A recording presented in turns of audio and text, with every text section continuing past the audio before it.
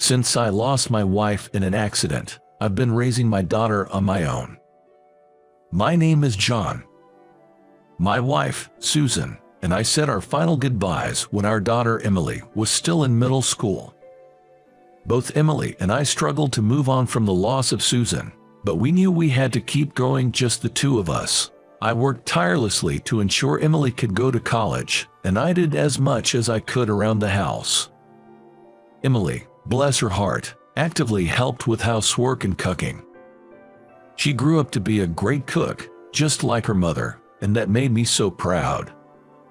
Now, Emily has started college this year.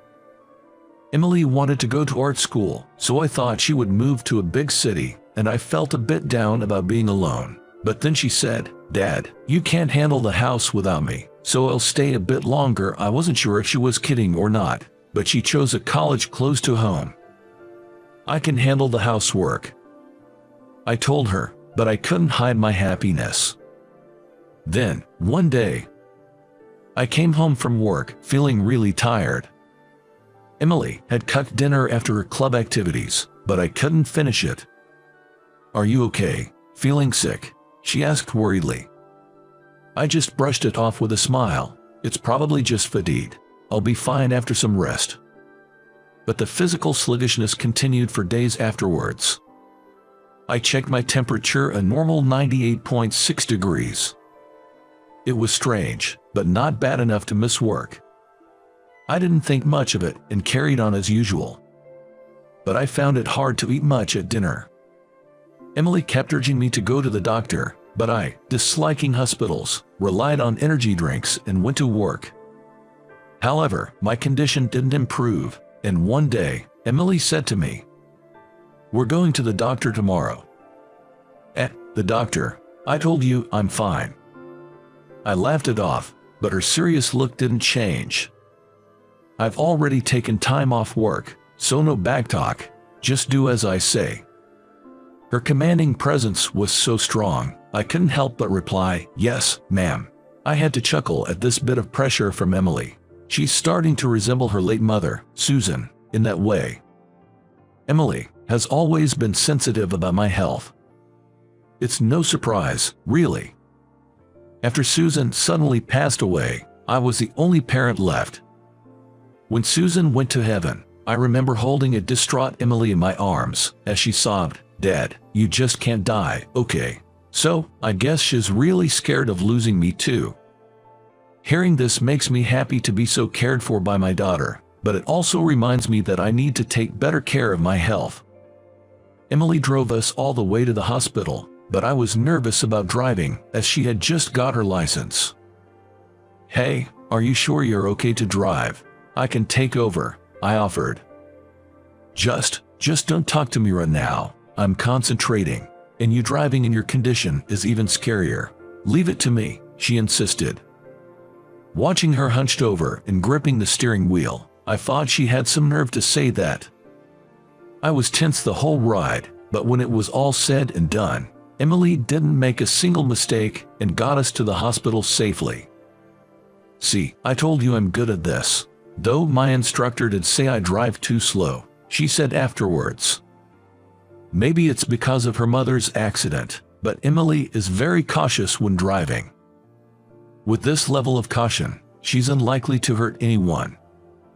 But just as I was thinking that today alone was going to shorten my lifespan, Emily shook me hard and said, "There's Mom." "Mom, what are you talking about?" "It's true. Look." Annoyed by my daughter's words, I looked where she was pointing, only to feel my heart almost stop.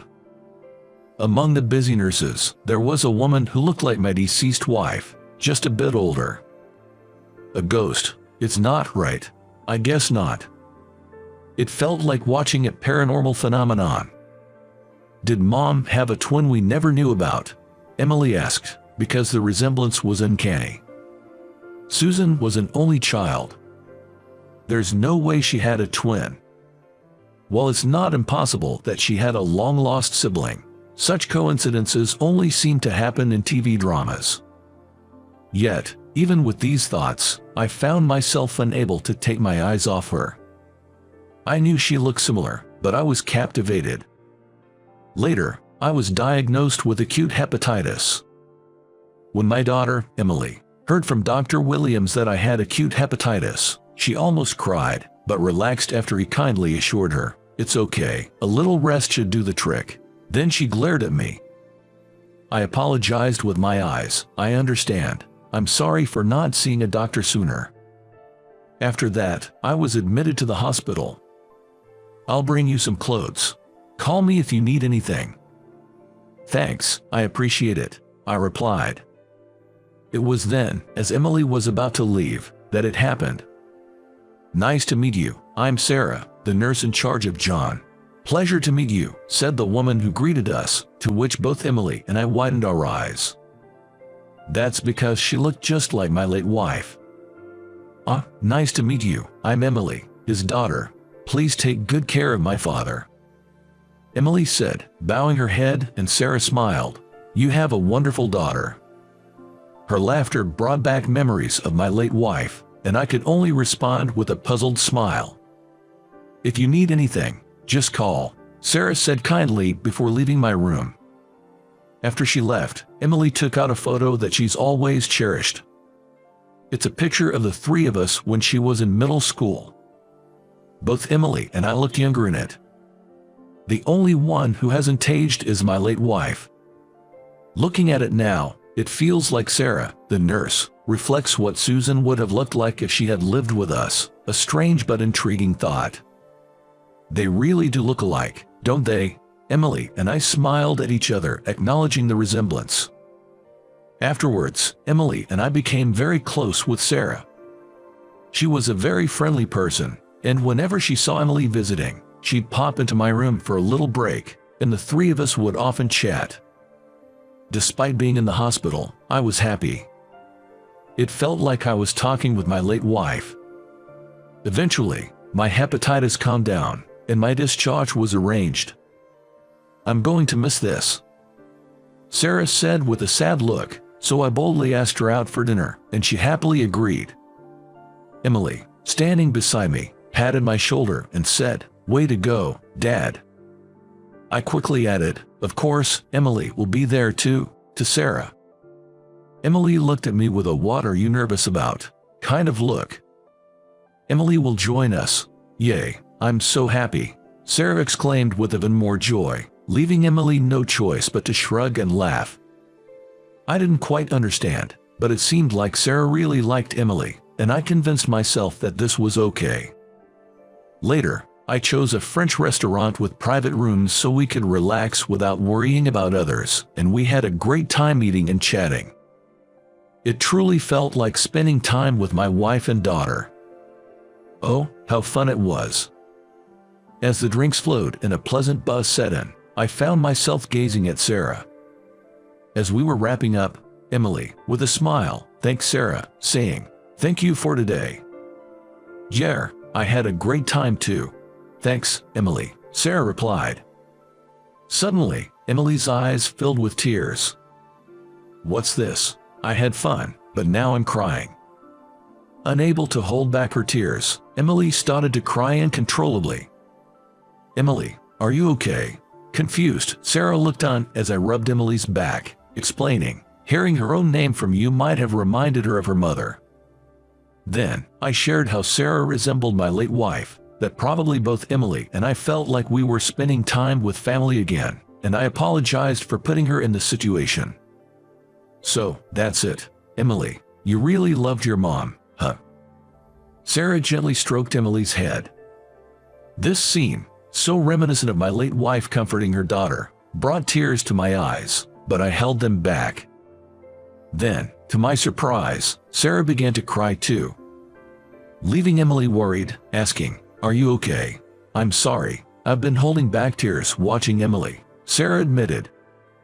I was clueless and looked down at Emily, who also seemed perplexed.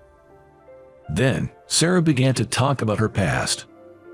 She revealed that she had lost her husband and daughter in an accident around the same time Susan passed away.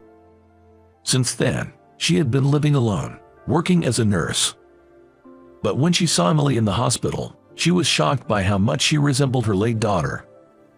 She told me, It was like my grown-up daughter had come back to me. I was so happy. I felt like I was talking to my daughter in heaven, and it made me incredibly happy. Touched by Sarah's words, Emily couldn't hold back her tears anymore.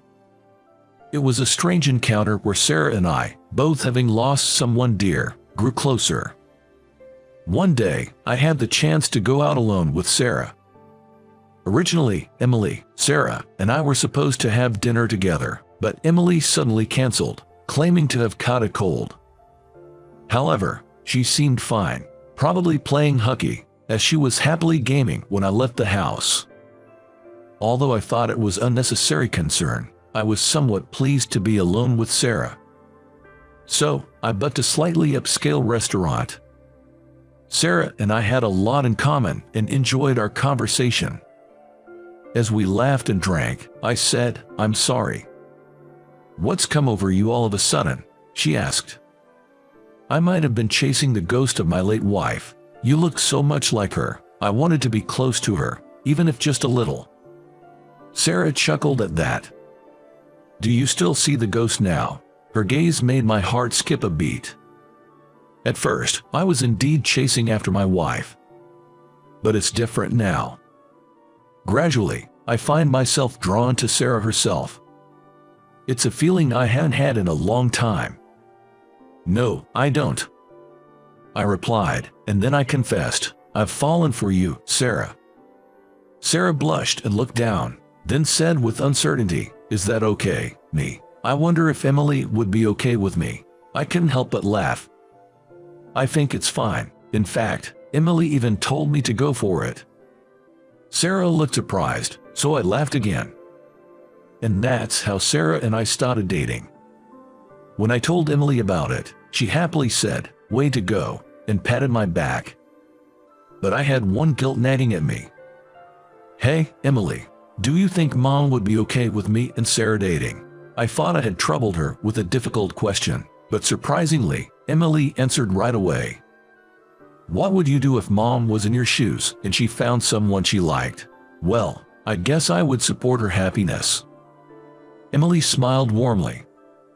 "Then, I'm sure Mom would also support your and Sarah's happiness." Her words were simple, but they somehow lifted the guilt I felt. I opened the jewelry box. Inside was a wedding ring. Suddenly, Emily appeared and asked, "Are you giving it today?" I replied, "Yeah." I had already told Emily in advance about my plan to propose to Sarah. Then, about 2 years after meeting Sarah, with the encouragement of my daughter, who had long realized my feelings, I proposed to Sarah and we married. Emily, having studied diligently at art school, is now working as a staff at an art museum. She would laugh and say, "You'll be fine without me, right?" and finally moved to New York to live on her own. However, she still comes back home occasionally, sharing her New York memories with Sarah and me. Sarah and Emily are so close they even go on trips together.